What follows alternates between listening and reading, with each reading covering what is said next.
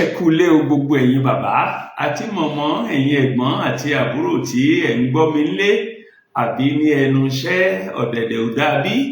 Mo kí wa kú àbọ̀ sí ìpalẹ̀mọ́ ẹ̀kọ́ ilé ẹ̀kọ́ ìjọsìn wa fún ti ọjọ́ Olúwa tó ń bọ̀ yìí, ọjọ́ 9 oṣù kẹjọ oṣù Ògún 2024 tá a wà yìí. Fún gbogbo àwa ìjọ Ọlọ́run tí a ń tẹ̀lé ìlànà ilé ẹ̀kọ́ ìjọsìn gbogbogbò tí ọ̀pọ̀lọpọ̀ ìjọ ń lò káàkiri àgbáyé bíi ìjọ onítẹ̀bọmi ní Nàìjíríà. Orí ọ̀rọ̀ wa fún ọ̀sẹ̀ yìí òun ni Stefanu, olùtúmọ̀ ìgbàgbọ́ ìgbàanì. Stefanu, olùtúmọ̀ ìgbàgbọ́ ìgbàanì. À ń sì lọ kẹ́kọ̀ọ́ nínú ìwé Iṣẹ́ àwọn Àpọ́stélì orí 6 ẹsẹ̀ 5 sí 10 àti orí 7 ẹsẹ̀ 450 sí 60. Ọ̀nà méjèèjì tá a ti ń lọ kẹ́kọ̀ọ́ lọ́sẹ̀ yìí nù. Ìwé Iṣẹ́ àwọn Àpọ́stélì orí 6 ẹsẹ̀ 5 sí 10 àti orí 7 ẹsẹ̀ 450 títí dé ẹsẹ̀ 60. Bàbá àti mọ̀mọ́, ẹ̀gbọ́n àtàbúrò tí ń gbọ́ mi nílé àbí lẹ́nu iṣẹ́, tí bíbélì yín bá wà lárọ̀ọ́wọ́tó, ẹ gbé jáde, ẹ jẹ́ kájọ kà ká sì jọ kẹ́kọ̀ọ́ nínú ọ̀rọ̀ Ọlọ́run. Mo bẹ̀rẹ̀ sí kà nínú bíbélì mímọ́ ní èdè Yorùbá. Ìṣe àwọn Àpọ́stélì orí 6. Mo bẹ̀rẹ̀ sí kà látẹsẹ̀ 5. Ẹ gbọ́ bí ọ̀rọ̀ Olúwa ti wí. Ọ̀rọ̀ náà sì tọ́ lójú gbogbo ìjọ. Wọ́n sì yan Stefanu, ọkùnrin tí ó kún fún ìgbàgbọ́ àti fún ẹ̀mí mímọ́, àti Fílípì, àti Prókórù, àti Níkánórù, àti Tímónì, àti Pàmẹ́nà, àti Níkóláàsì aláwọ̀ṣe Júù ará Áńtíókù, ẹni tí wọ́n mú dúró níwájú àwọn Àpọ́stélì. Nígbà tí wọ́n sì gbàdúrà, wọ́n gbé ọwọ́ lé wọn. Ọ̀rọ̀ Ọlọ́run sì gbilẹ̀, iye àwọn ọmọ ẹ̀yìn sì pọ̀ sí gidigidi ní Jerusalem. Ọ̀pọ̀ nínú àwọn ẹgbẹ́ àlùfáà sì fetí sí ti ìgbàgbọ́ náà. Àti Stefanu, tí ó kún fún oore ọ̀fẹ́ àti agbára, ó ṣe iṣẹ́ ìyanu àti iṣẹ́ àmì ńlá láàrin àwọn ènìyàn. Ṣùgbọ́n àwọn kan dìde nínú àwọn tí í ṣe ará ti sínágọ́gù tí à ń pè ní Libatáínì, àwọn Júù Kírénì àti ti Alexandria àti ti Kíríkíà àti ti Éṣíà. Wọ́n ń bá Stefanu jiyàn, ṣùgbọ́n wọn kò lè kó ọgbọ́n àti ẹ̀mí tí ó fi ń sọ̀rọ̀ lójú. Ṣùgbọ́n wọn kò lè kó ọgbọ́n àti ẹ̀mí tí Stefanu fi ń sọ̀rọ̀ lójú. Iṣẹ́ àwọn Àpọ́stélì orí 7 ẹsẹ̀ 450. Nígbà tí wọ́n sì gbọ́ nǹkan wọ̀nyí, ọkàn wọn gbọgbẹ́ dé inú, wọ́n sì payín kéké. Ṣùgbọ́n Stefanu, ẹni tí ó kún fún ẹ̀mí mímọ́, ó tẹjúmọ́ ọ̀run, ó sì rí ògo Ọlọ́run àti Jésù dúró ní ọwọ́ ọ̀tún Ọlọ́run. Ó sì wí pé, wóò, mo rí ọ̀run ṣí sílẹ̀, ọmọ ènìyàn sì dúró ní ọwọ́ ọ̀tún Ọlọ́run. Nígbà náà ni wọ́n kígbe ní ohùn rara, wọ́n sì dí etí wọn, gbogbo wọn sì sáré sí i, wọ́n sì rọ́lù ú, wọ́n sì wọ́ ọ sẹ́yìn òde ìlú, wọ́n sì bẹ̀rẹ̀ sí í sọ ọ́ ní òkúta. Àwọn ẹlẹ́rìí èké sì fi aṣọ wọn lélẹ̀ ní ẹsẹ̀ ọmọkùnrin kan tá à ń pè ní Sọ́ọ̀lù. Bí wọ́n sì ti ń sọ Stefanu ní òkúta, ó sì ké pe Olúwa wípé, Jésù Olúwa, gbà ẹ̀mí mi. Nígbà náà ni ó wólẹ̀ lórí eékún rẹ̀, ó sì kígbe sókè wípé, Olúwa, má ṣe ka ẹ̀ṣẹ̀ yìí sí wọn lọ́rùn. Nígbà tí ó sì wí èyí tán, ó sùn lọ. Olúwa, má ṣe ka ẹ̀ṣẹ̀ yìí sí wọn lọ́rùn. Nígbà tí ó sì wí èyí tán, ó sùn lọ. èyí ni àwọn ẹsẹ̀ bíbélì tá ń kẹ́kọ̀ọ́ lé lórí lọ́sẹ̀ yìí. Kí Olúwa kó fòye ọ̀rọ̀ rẹ̀ yé wa, kó sì ràn wá lọ́wọ́ láti lè jẹ́ olùṣe ọ̀rọ̀ náà. Àmín. Ẹsẹ̀ wúrà wa fún ọ̀sẹ̀ yìí, ẹsẹ̀ akọ̀ọ̀kan, ẹsẹ̀ mọ́nigbàgbé, ó ní ẹsẹ̀ ìkẹjọ orí kẹfà ìwé tá a ti ń kẹ́kọ̀ọ́ yìí. Iṣẹ́ àwọn àpọ́stélì orí kẹfà ẹsẹ̀ ìkẹjọ. Ẹ gbọ́ bí ọ̀rọ̀ Olúwa ti sọ lẹ́ẹ̀mejì sí fún àtẹnumọ́. Àti Stefanu, tí ó kún fún oore ọ̀fẹ́ àti agbára, ó ṣe iṣẹ́ ìyanu àti iṣẹ́ àmì ńlá láàrin àwọn ènìyàn. Àti Stefanu, tí ó kún fún oore ọ̀fẹ́ àti agbára, ó ṣe iṣẹ́ ìyanu àti iṣẹ́ àmì ńlá láàrin àwọn ènìyàn. Ẹsẹ̀ wúrà wa nù. Iṣẹ́ àwọn àpọ́stélì orí kẹfà ẹsẹ̀ ìkẹjọ. Ẹsẹ̀ akọ̀ọ̀kan wa nù. Ẹsẹ̀ mọ́nigbàgbé wa nù. Ẹ jẹ́ ká kọ́ sọ́kàn, ẹ sì jẹ́ ká kẹ́kọ̀ọ́ lára Stefanu. Lẹ́ẹ̀kan sí bàbá àti màmá, ẹ̀gbọ́n àtàbúrò tí ń gbọ́ mi lé, mo láyọ̀ láti kí yín kó àbọ̀ sínú ẹ̀kọ́ mìíràn nípa akọni ìgbàgbọ́ mìíràn. Ẹ jọ̀wọ́ ẹ má ṣe gbàgbé ẹsẹ̀ ọ̀rọ̀ wa tá a ti ń kẹ́kọ̀ọ́ lé lórí láti inú oṣù keje. Ẹsẹ̀ ọ̀rọ̀ náà là ń tẹ̀síwájú nínú rẹ̀ nínú oṣù kẹjọ yìí. Kí sì lẹsẹ̀ ọ̀rọ̀ náà? Àwọn ẹlẹ́rìí olóòótọ́ sọ bẹ́ẹ̀ ni fún Jésù. Àwọn ẹlẹ́rìí olóòótọ́ sọ bẹ́ẹ̀ ni fún Jésù. Lọ́sẹ̀ tó kọjá, ẹ̀kọ́ wa dá lórí Tọ́mọ́sì, ọ̀kan nínú àwọn ọmọ ẹ̀yìn 12, ọ̀kan nínú àwọn àpọ́stélì Jésù 12. Lọ́sẹ̀ yìí, akọni tá ń kẹ́kọ̀ọ́ ń pa rẹ̀, òun ni Stefanu, ọ̀kan nínú àwọn ènìyàn 7 tá a yàn sí iṣẹ́ ìránṣẹ́ tábìlì nínú ìjọ àkọ́kọ́, ìjọ Jerusalem. Àwọn díákónì 7 àkọ́kọ́, ọ̀kan nínú wọn là ń kẹ́kọ̀ọ́ nípa rẹ̀ yìí. Àkọsílẹ̀ yìí tá a ní nínú ìwé Iṣẹ́ àwọn àpọ́stélì orí kẹfà ẹsẹ̀ ìkíní sí ẹsẹ̀ ìkeje. Ẹnìkan wá béèrè pé kí ni ìtumọ̀ orúkọ rẹ̀ Stefanu, Stefanu, Stefanu? Kí ni jẹ́ Stefanu? Stefanu ń tó túmọ̀ sí lédè Yorùbá pọ́nbélé, òun ni adé ajagunṣẹ́gun. Stefanu, Stephen ń tó túmọ̀ sí lédè Yorùbá pọ́nbélé, òun ni adé ajagunṣẹ́gun.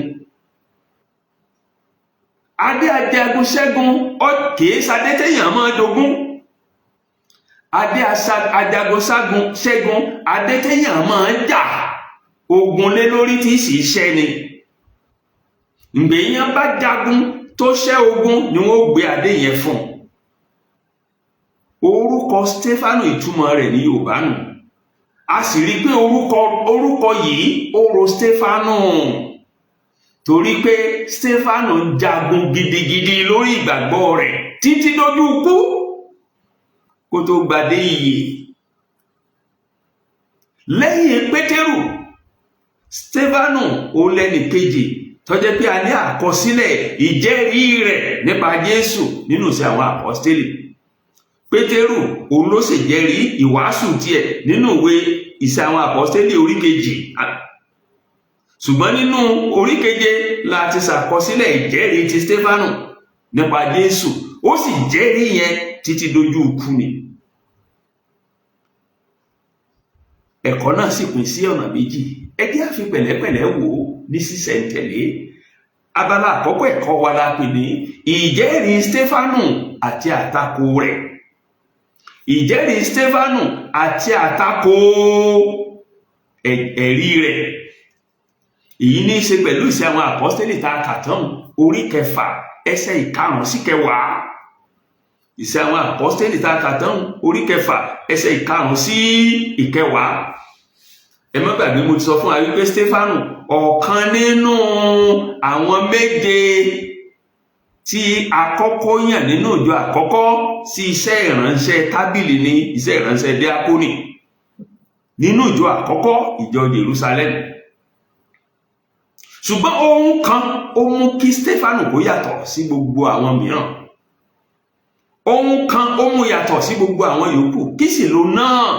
Ohun tó mú Stefanu yàtọ̀ òun ni kíkún rẹ́rẹ́ tó mú Stefanu yàtọ̀. Ẹ̀ẹ̀mẹ́ta ọ̀tọ̀ọ̀tọ̀ la sọ̀rọ̀ nípa kíkún rẹ̀ nínú ẹ̀kọ́ wa yìí. Ìgbà àkọ́kọ́ tá a sọ̀rọ̀ nípa kíkún rẹ̀ ó ní ẹsẹ̀ ìkẹta Iṣẹ́ àwọn Àpọ́stélì orí kẹfà tá a ti ń kẹ́kọ̀ọ́ yìí. A sọ wípé ó kún fún ẹ̀mí àti ọgbọ́n. Ó kún fún ẹ̀mí àti ọgbọ́n. Ìgbà kejì tá a sọ̀rọ̀ nípa kíkún rẹ̀ nínú ẹsẹ̀ ìkarùn-ún ló wà ìwé tá a ti ń kẹ́kọ̀ọ́ yìí.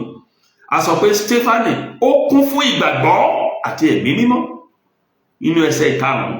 Ó kún fún ìgbàgbọ́ àti ẹ̀mí mímọ́.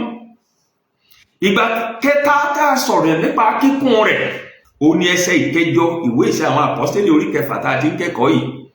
Nínú ìgbà kẹta yìí a wá sọ pé ó kún fún oore ọ̀fẹ́ àti agbára. Ó kún fún oore ọ̀fẹ́ àti agbára. Ẹ má gbàgbé ìgbà mẹ́ta la sọ̀rọ̀ nípa kíkún tó mú Stefanu yàtọ̀ sí gbogbo àwọn yòókù.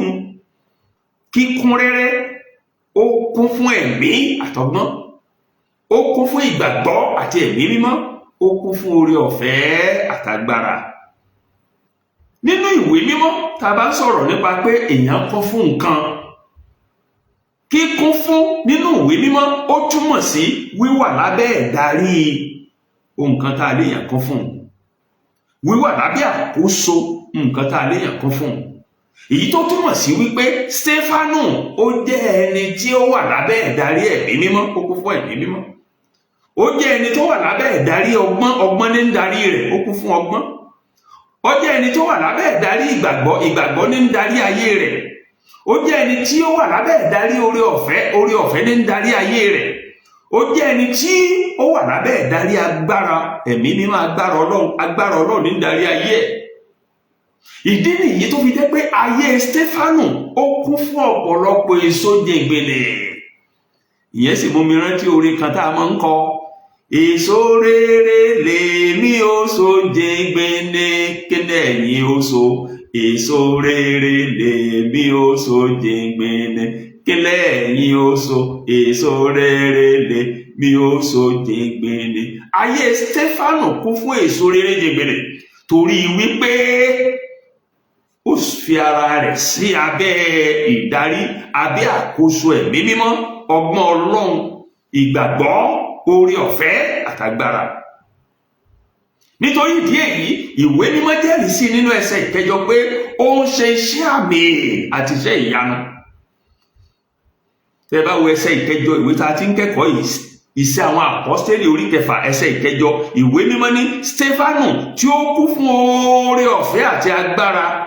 Kí wọ́n ní oore ọ̀fẹ́ àtagbára yẹn ṣe? Ẹsẹ̀ ìkẹjọ ní ó ń ṣe iṣẹ́ àmì ìyanu àti iṣẹ́ àmì láàrin àwọn ènìyàn.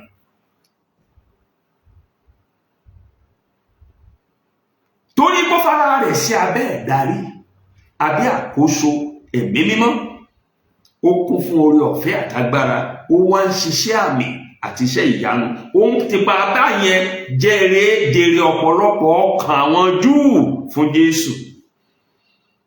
Nítorí ìdí èyí, àwọn Júù kan tí wọ́n ti wà nínú ìdè ìjọba Róòmù tẹ́lẹ̀tẹ́lẹ̀, ṣùgbọ́n tá a dá nídè, tí wọ́n wá sọ gbọ̀ngàn ilé ìjọsìn tí wọ́n ní sínágọ́gù òmìnira, wọ́n wá dìde lòdì sí Stefanu láti mú kó dáwọ́ ìjèrè ọkàn fún Jésù dúró. Tẹ́ bá wo ẹsẹ̀ ìkẹsàn ìwé tá a ti ń kẹ́kọ̀ọ́, ìwé mímọ́ ní ṣùgbọ́n àwọn kan dìde nínú àwọn tí í ṣe ará sínágọ́gù tí à ń pè ní Libatáínì, àwọn Júù Kírénì àti Alexandria àti Kíkíríkì àti ti Asia wá, wọ́n sì bá Stefanu jiyàn. Ẹnìkan ó béèrè pé sínágọ́gù wo ni à ń pè ní Libatáínì? Èdè òyìnbó òun ni a transliterate sí Yorùbá tá a pè ní Libatáínì. Èdè òyìnbó tá a pè ní Libatáínì yẹn làwọn olóyìnbó pè ní Liberty. Èyí ò ní sínágọ́gù àwọn tó ti dòmìnira, sínágọ́gù àwọn tá a ti tú sílẹ̀ nínú ìdè Róòmù. Àwọn wọ̀nyí ni wọ́n dìde lòdì sí Stefanu tí wọ́n bá Stefanu jiyàn nítorí wípé ó ń kún fún ẹ̀mí mímọ́, ó ń kún fún agbára, ó ń ṣiṣẹ́ àmì, ó ń ṣiṣẹ́ ìyanu, ó ń jèrè ọkàn fún Jésù. ṣùgbọ́n nítorí pé Stefano ó jẹ́ ẹni tí ó fi ara rẹ̀ sábẹ́ àkóso ẹ̀mí mímọ́, nítorí pé Stefano jẹ́ ẹni tó kún fún ọgbọ́n, tó kún fún ìgbàgbọ́, tó kún fún oore ọ̀fẹ́, tó kún fún agbára, tó kún fún ìgbàgbọ́, tó kún fún ìmọ̀ Ọlọ́run. Àwọn alátakò rẹ̀ wọ́n kàn gbìyànjú ni wọn ò lè borí ẹ̀. Gbogbo ipá wọn pàbó ló já sí. Ẹ bá wo ẹsẹ̀ ìkẹsàn-án sí kẹwàá ìwé tá a ti ń kẹ́kọ̀ọ́ ọ̀hún, ìwé mímọ́ ní ṣùgbọ́n àwọn kan dìde inú àwọn tí ń sara sínágọ́gù tá à ń pè ní tìrìpẹ́táìnì. Ẹ bá wá bọ́ sẹ́sẹ̀ ìkẹwàá, ìwé mímọ́ ní ṣùgbọ́n wọn kò lè kó ọgbọ́n àti ẹ̀mí tí ń fi ń sọ̀rọ̀ lójú. Wọn kò lè kó ọgbọ́n àti ẹ̀mí tí Stefano fi ń sọ̀rọ̀, wọn ò lè kó lójú, torí pé Stefano kì í ní sọ̀rọ̀, ẹni tí ń darí ayé rẹ̀ ní ẹ̀mí mímọ́ ni. Níhìn yìí a rí wípé ìgbé ayé Stefano ó fi hàn gbangba wípé ọ̀nà láti sèso rere jègbèlè fún Jésù, ọ̀nà láti gbé ìgbé ayé aṣẹ́gun nínú ìgbàgbọ́ gẹ́gẹ́ bí ọmọlẹ́yìn Kristi, òun ni ká jọ̀wọ́ ayé wa pátápátá sábẹ́ àkóso ẹ̀mí mímọ́ Ọlọ́run. Ẹ̀mí mímọ́ ní máa ń fúnni lóore ọ̀fẹ́, ìgbàgbọ́, ọgbọ́n àti agbára láti rìnrìn àjò ìgbé ayé Kristẹni láàrin ìṣẹ́gun. Wọ́n dìde àtakò lóòótọ́, ṣùgbọ́n wọn ò lè borí Stefano, wọn ò lè ṣẹ́gun Stefano torí wípé ó fi ara rẹ̀ sábẹ́ àkóso ẹ̀mí mímọ́ Ọlọ́run. Bàbá àti màmá, ẹ̀gbọ́n àtàbúrò tí ń gbọ́ mi nílé, ogun láyé o, ṣùgbọ́n oore ọ̀fẹ́, ìgbàgbọ́, ọgbọ́n àtagbára tá a fi jagun ọ̀hún lájà ṣẹ́gun ẹ̀mí mímọ́ ní fi fúnni. Bẹ́ẹ̀ bá gbà fún un pẹ̀lú ẹ̀bùn, agbára, oore ọ̀fẹ́, ẹ̀mí mímọ́, àwọn alátakò Stefano gbé mú ni wọ́n rí fi ṣe nǹkan kan, gbogbo mọ́ wọn já pàbó. Bẹ́ẹ̀ni àti yín náà bá fara wa sábẹ́ àkóso ẹ̀mí mímọ́, kò sírú àtakò tó lè dìde sí wa, a ó ṣẹ́gun. Ìdí nìyẹn tó lórin kan fi ní àwájú wa ṣẹ́gun lọ, àwájú wa ṣẹ́gun lọ, nítorí àwa gbẹ́kẹ̀wá lé ọ Jésù, àwájú aṣẹ́gun lọ. Stefano ju àwọn tí wọ́n jẹ́ sínágọ́gù òmìnira, ó jù wọ́n lọ, àtakò wọn ò lè borí rẹ̀ torí pé ó fi rẹ̀ sábẹ́ àkóso ẹ̀mí mímọ́. Torí náà bí a ṣe mú abala àkọ́kọ́ ẹ̀kọ́ wa yìí wá sí ìdánudúró, ẹ jẹ́ ká fi ara wa sábẹ́ ìdarí àbí àkóso ẹ̀mí mímọ́ Ọlọ́run nígbà gbogbo bíi Stefano. Ibi tábala àkọ́kọ́ ẹ̀kọ́ wa ti tẹnubodò tó ti mú mi nù, tó sì sún wa sí abala kejì tó gbẹ̀yìn tá à ń pè ní Stefano di ajẹ́rìíkú.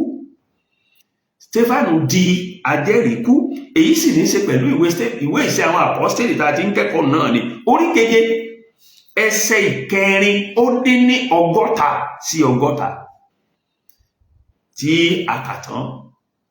Ìṣe àwọn àpọ́stélì orí keje ẹsẹ̀ ìkẹrin ó dín ní 60 sí 100 tí a ṣẹ̀ṣẹ̀ kà tán náà ni.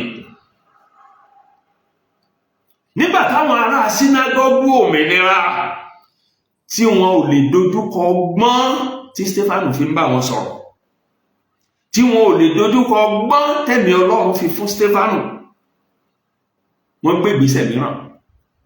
Ìgbésẹ̀ méjì pàtàkì ni wọ́n gbé. Ìgbésẹ̀ àkọ́kọ́ tí wọ́n kọ́ gbé nígbà tó ti kùnà tí wọn ò lè takò, wọ́n gbé ìgbésẹ̀ ẹlẹ́ẹ̀kejì. Ìgbésẹ̀ ẹlẹ́ẹ̀kejì náà sì ni pé wọ́n gbé àwọn ẹlẹ́rìí èké dìde pé kí wọ́n lọ jẹ́rìí lòdì sí Stefano. Àkọsílẹ̀ èyí tá a ní nínú ẹsẹ̀ 11 ìwé tá a ti ń kẹ́kọ̀ọ́ yìí, Iṣẹ́ àwọn Àpọ́stélì orí 6 ẹsẹ̀ 11. Ìwé mọ́ nígbà náà ni wọ́n wí fún àwọn ọkùnrin kan, nígbà náà ni wọ́n fún àwọn ọkùnrin kan ní àbẹ̀tẹ́lẹ̀. Wọ́n ń wí pé àwa gbọ́ tí Stefano ń sọ̀rọ̀ òdì sí Mósè àti sí Ọlọ́run. Nígbà tí wọn ò lè takò, tí wọn ò lè dojúkọ ọgbọ́n Stefano, wọ́n fáwọn kan ní àbẹ̀tẹ́lẹ̀, ọyẹ́ ẹlọ́mọ wíwìkúwì ipa rẹ̀. Èyún náà já sí pàbó. Ìgbà tẹ́yún náà já sí pàbó, wọ́n gbé ìgbésẹ̀ ẹlẹ́ẹ̀kẹta. ìgbésẹ̀ lẹ́ẹ̀kẹta tí wọ́n gbé ẹsẹ̀ ìkejìlá ló sọ fún wa.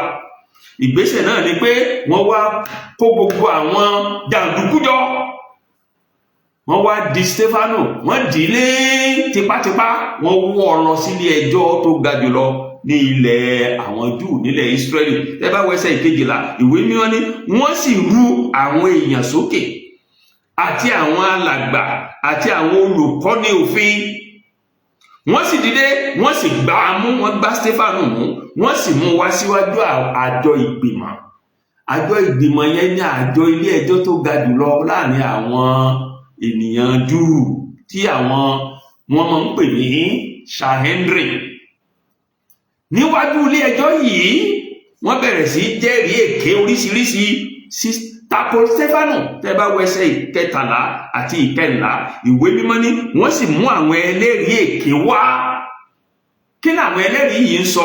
Wọ́n ń wí pé ọkùnrin yìí kò símì láti sọ ọ̀rọ̀ òdì sí ibi mímọ́ yìí àti sí òfin, nítorí àwa gbọ́ ó ń wí pé Jésù ni Kristi, Jésù ti Kristi yóò fọ́ ibi mímọ́ yìí, yóò sì yí àṣà tí Mósè fi fún wa padà. Ẹ̀sùn èké tí wọ́n fi kàn án ọjọ́ èyí tí wọ́n fi kan Jésù Kristi Olúwa wa pẹ̀lú tí wọ́n fi kàn má gbélébù. Ṣùgbọ́n nílé ẹjọ́ yìí láì ní fi ṣe àwọn ẹ̀sùn èké tí wọ́n fi ń kan Stefano kan ojú abẹ́ǹkó. Ó jẹ́rìí òtítọ́ nípa ẹ̀ṣẹ̀ àwọn ènìyàn Júù,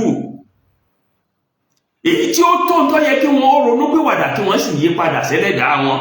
Ṣùgbọ́n dípò kí wọ́n ronú pìwàdà kí wọ́n yí padà kí wọ́n ṣàtúnṣe, wọ́n yàn láti bínú òdì sí Stefano ni.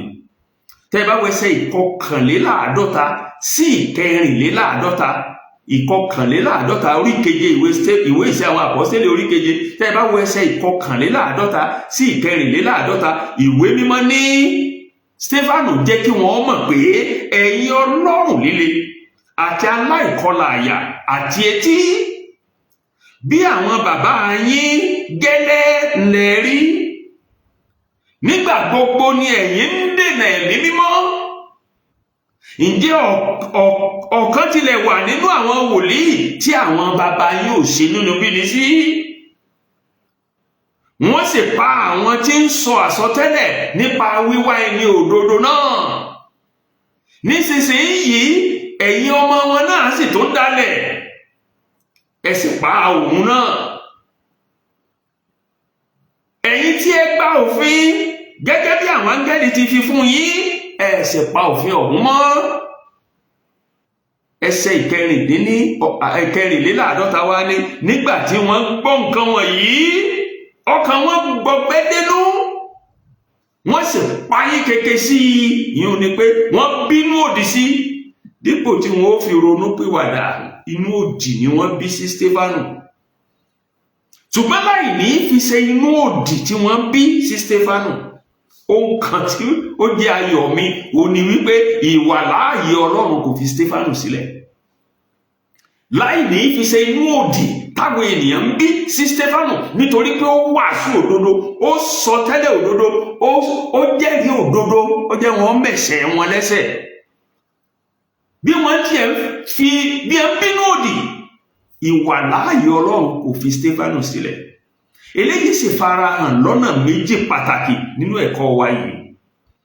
Ọ̀nà àkọ́kọ́ tá a ti rí pé ìwàláàyè Ọlọ́run ò fi Stefano sílẹ̀, òun la rí nínú ẹsẹ̀ ìkẹẹ̀ẹ́dógún yẹn. Nínú ẹsẹ̀ ìkẹẹ̀ẹ́dógún, ìwàláàyè Ọlọ́run ó jẹ́ kí ojú Stefano bẹ̀rẹ̀ sí tàn yìnrìnyìnrìn bí ojú áńgẹ́lì tí àwọn èèyàn yẹn ń rí, tí wọ́n rò pé áńgẹ́lì ni. Ẹ bá wo ẹsẹ̀ ìkẹẹ̀ẹ́dógún, ìwé mímọ́ ní gbogbo àwọn tí ó sì jókòó ní àjọ ìgbìmọ̀ tẹjúmọ́ Stefano, wọ́n sì rí ojú rẹ̀ dàbí ojú áńgẹ́lì. Ìfarahàn ìwàláàyè Ọlọ́run àkọ́kọ́ ní gbàgede ìgbẹ́jọ́ nínú ayé Stefano.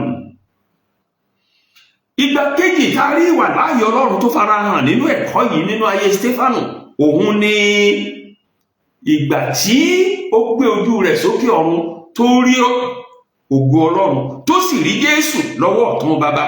tẹ́ ẹ bá wo ẹsẹ̀ ìkarùn-ún ó lé ní 50 àti ìkẹrin ó dé ní 55 and 56 orí keje ìwé Iṣẹ́ àwọn Àpọ́stélì. Ìwé mímọ́ ní ṣùgbọ́n Stefanu ẹni tí ó kún fún ẹ̀mí mímọ́ ó tẹjú mọ́ ọ̀run, ó sì rí ògo Ọlọ́run àti Jésù dúró ní ọwọ́ ọ̀tún Ọlọ́run. Ó sì wí pé wóò, mo rí ọ̀run ṣí sílẹ̀, ọmọ ènìyàn sì dúró ní ọwọ́ ọ̀tún Ọlọ́run. Ìgbà kejì tá a rí pé ìwàláàyè Ọlọ́run farahàn lákòókò tó le koko yìí fún Stefanu nìyẹn. Ìgbà kejì yìí tí ìwàláàyè Ọlọ́run farahàn, ó jẹ́rìí sí ìwàláàyè Jésù. Ó ní mo rí ọmọ ènìyàn, ó dúró ní ọwọ́ ọ̀tún Ọlọ́run. Ìbínú òdì tí àwọn Júù ń bínú òdì sí Stefanu kò jẹ́ kí òye tí Stefanu sọ yé wọn. Dípò bẹ́ẹ̀ wọ́n bínú òdì sí Stefanu ni wọ́n tì í jáde lọ́gbọ̀ngbọ̀n, wọ́n tì í lọ sẹ́yìn òde, wọ́n sì sọ lókùúta pa. Ẹ bá wo ẹsẹ̀ ìkẹta ó dín ní 60 ìwé tá a ti ń kẹ́kọ̀ọ́ àti ìkejì ó dín ní 60 ìwé tá a ti ń kẹ́kọ̀ọ́. Iṣẹ́ àwọn Àpọ́stélì orí keje 57 and 58 ìwé mímọ́ ní nígbà náà ni wọ́n kígbe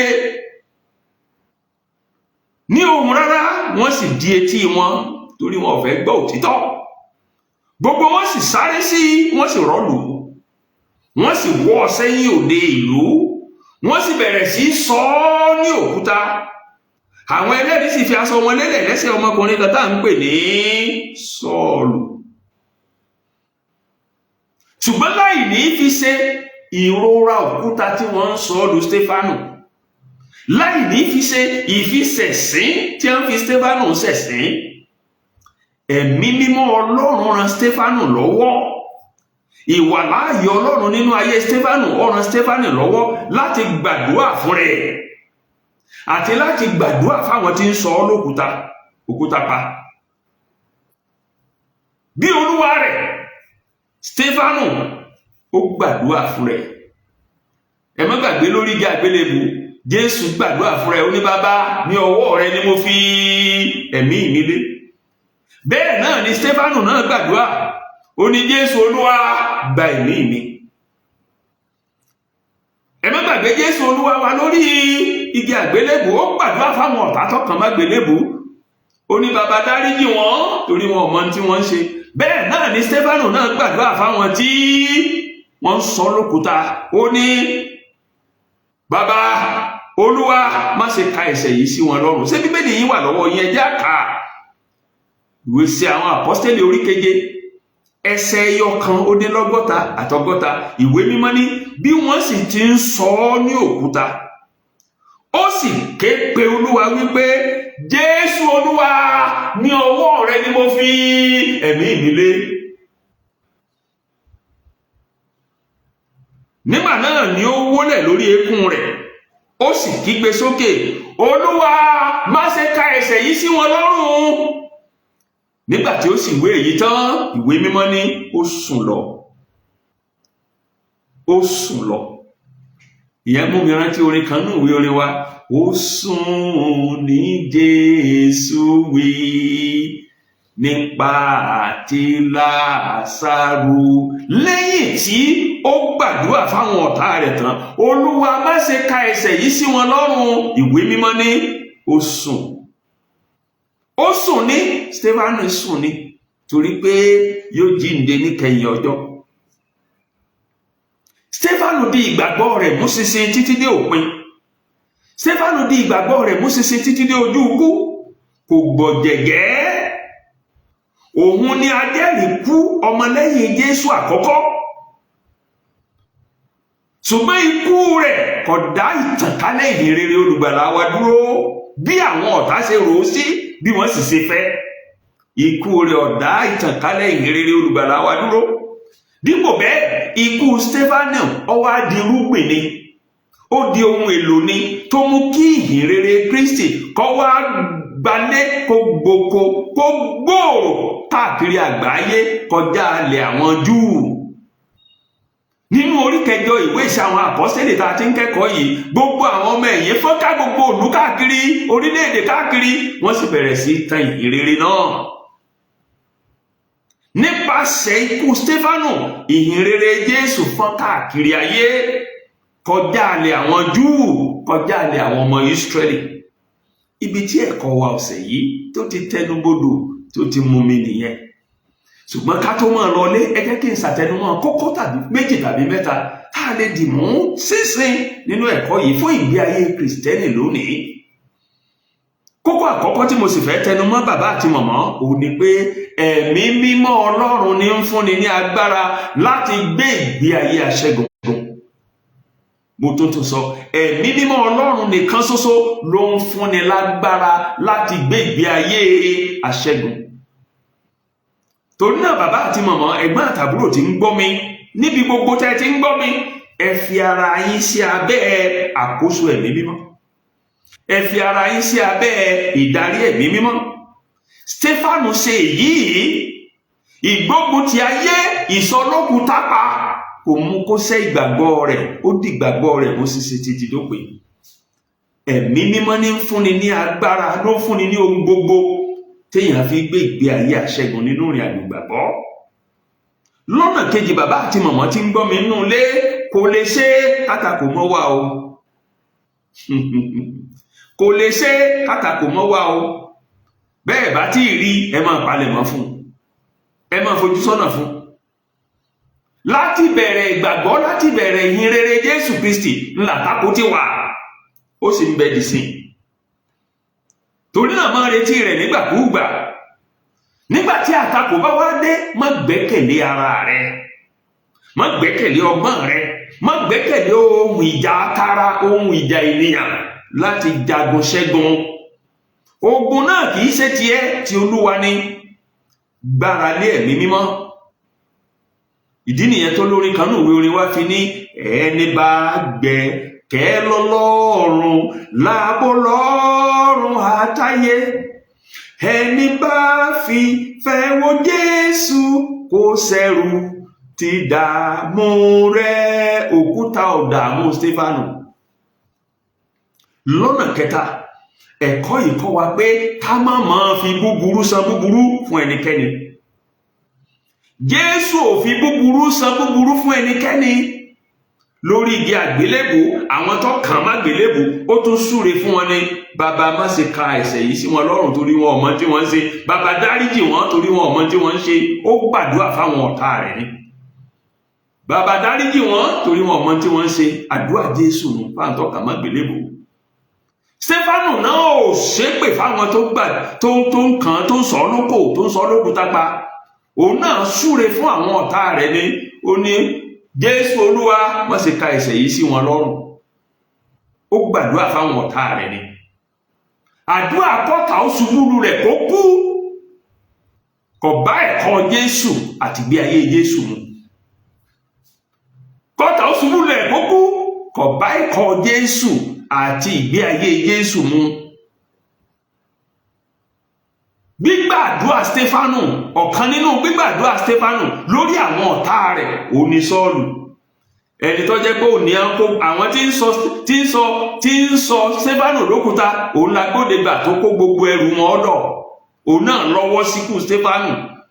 Ṣùgbọ́n náà lọ́wọ́ pàpà di ohun èlò fún ìtànkálẹ̀ ìhìnrere kárí ayé. Èyí náà fojú wo ká pé Stefanu ọ̀bá gbàdúrà kí Olúwa ọmọ ka ẹ̀ṣẹ̀ sí lọ́rùn. Tá a bá ka ẹ̀ṣẹ̀ sí Sọ́ọ̀lù lọ́rùn, só lè jẹ́ tọ́jẹ́. Ìwé bíi 13 àbí 14 tá a ní nínú májẹ̀mú titun lónìí tá a lè ní. Ẹ̀kọ́ yìí kọ́ wa pé ká má ṣe fi búburú san búburú fún ẹnikẹ́ni. Lọ́nà kẹrin, ẹ̀kọ́ yìí kọ́ wa pé ká má ṣe jẹ́ kí ìṣekúpa onígbàgbọ́ nítorí ìgbàgbọ́ rẹ̀ má jẹ́ ó domi tútù sí ọlọ́kàn. Ìpọ́n Kristẹni lójú nítorí ìgbàgbọ́ rẹ̀ nínú Jésù má jẹ́ ó domi tútù sí ọlọ́kàn. Ìdí ni pé Ọlọ́run lè mú ìyè jáde nínú ikú. Ọlọ́run lè sọ ẹ̀gàn di ògo. Ọlọ́run lè mú ìmọ́lẹ̀ jáde nínú òkùnkùn biribiri. ṣe bí ikú Jésù Kristi ló mú ìyè ayérayé fáwa, ṣe bí ẹ̀gàn Jésù ló dògo ayérayé lónìí, ṣe bí ikú Stefanu ló mú kí ìrere kó tàn kárí ayé bí tó tàn dé lónìí kọjá ilẹ̀ Ísírẹ́lì. Kí lọ́lọ́run ò lè ṣe? Má ṣe jẹ́ kí ìṣekúpa ń gbàgbọ́ nítorí ìgbàgbọ́ rẹ̀ kó domi tútù sí ọlọ́kàn. Dúró ṣinṣin nínú ìgbàgbọ́ rẹ̀. Ní ìkẹyìn lọ́sẹ̀ yìí, ẹ̀kọ́ yìí kọ́ wa pé ká máa gbé nínú ìwàláàyè Ọlọ́run nígbà gbogbo. Máa gbé nínú ìwàláàyè Ọlọ́run, lábẹ́ ìwàláàyè Ọlọ́run nígbà gbogbo. Ìwàláàyè Ọlọ́run kò fi Stefanu sílẹ̀ gẹ́gẹ́ bá a ṣe kọ́nú ẹ̀kọ́ yìí títí kódà nígbà wọ́n sọ ọ́ lókúta, ìwàláàyè Ọlọ́run ò fi sílẹ̀. Ìwàláàyè Ọlọ́run ló fún lóore ọ̀fẹ́ tó gbàdúrà, Jésù Olúwa lọ́wọ́ rẹ mo fẹ̀mí mi lé. Ìwàláàyè Ọlọ́run ló fún lóore ọ̀fẹ́ tó fi lè gbàdúrà, Bàbá má ṣe ka ẹ̀ṣẹ̀ yìí sí wọn lọ́rùn. Nínú ìtàpóró gan, oró òkúta kò mú kí Stefanu ọ̀sẹ̀ ìgbàgbọ́ rẹ̀ torí pé ó wà ní ìwàláàyè Ọlọ́run. Kò dápẹ́ ìdà, kò bójú wẹ̀yìn. Ohun yòówù tó lè dé bàbá àti mọ̀mọ́, ẹ̀gbọ́n àtàbúrò tẹ́ ń gbọ́ mi nínú ilé, nínú ìrìn àjò ìgbàgbọ́ yín, nínú ìrìn àjò ayé yín gẹ́gẹ́ bí ọmọlẹ́yìn Kristi, ẹ máa gbé nínú lábẹ́ ìwàláàyè Ọlọ́run. Ẹ di ìgbàgbọ́ yín mú ṣinṣin títí dé òpin, títí lójú ikú. Ohun yòówù tó lè dé, mo sì mú dá yín lójú pé ẹ̀rẹ̀ẹ̀rẹ̀ kẹ́yìn lè.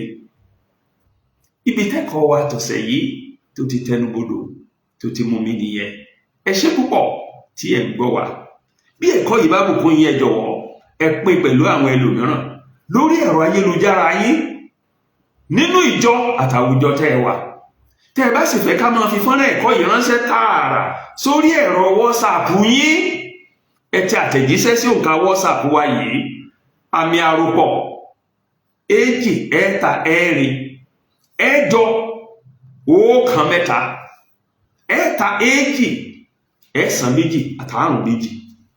Àmì àròpọ̀ 2 ẹ̀ta 4 ẹ̀jọ 1 mẹ́ta ẹ̀ta 2 ẹ̀sán 2 àtàrùn 2. Tẹ́ bá fẹ́ ká máa fi fọ́nrán ẹ̀kọ́ yìí ránṣẹ́ tààrà sórí ẹ̀rọ WhatsApp yìí, ẹ tẹ àtẹ̀jíṣẹ́ sí òǹkà WhatsApp wa yìí +234 81 11 32 99 55 +234 81 11 32 99 55. Títí ọ̀sẹ̀ tí ń bọ̀ tá ó tún pàdé láti tó kọ́ ẹ̀kọ́ mìíràn. Mo fà yín ní Ọlọ́run alààyè lọ́wọ́ àti àwọn olùkọ́ wa nínú ìjọ wa kọ̀ọ̀kan.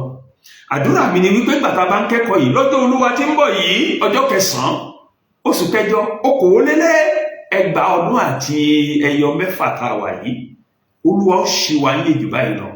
Ẹ jẹ́ ká tètè dé sí yàrá ìkẹ́kọ̀ọ́ wa nínú ìjọ wa kọ̀ọ̀kan. Ẹ sì jẹ́ akópa tó jọjú nínú ìkẹ́kọ̀ọ́, gbogbo wa ó sì dá lábùkún fún lórúkọ Jésù. Ẹ ṣé, ó dàbọ̀.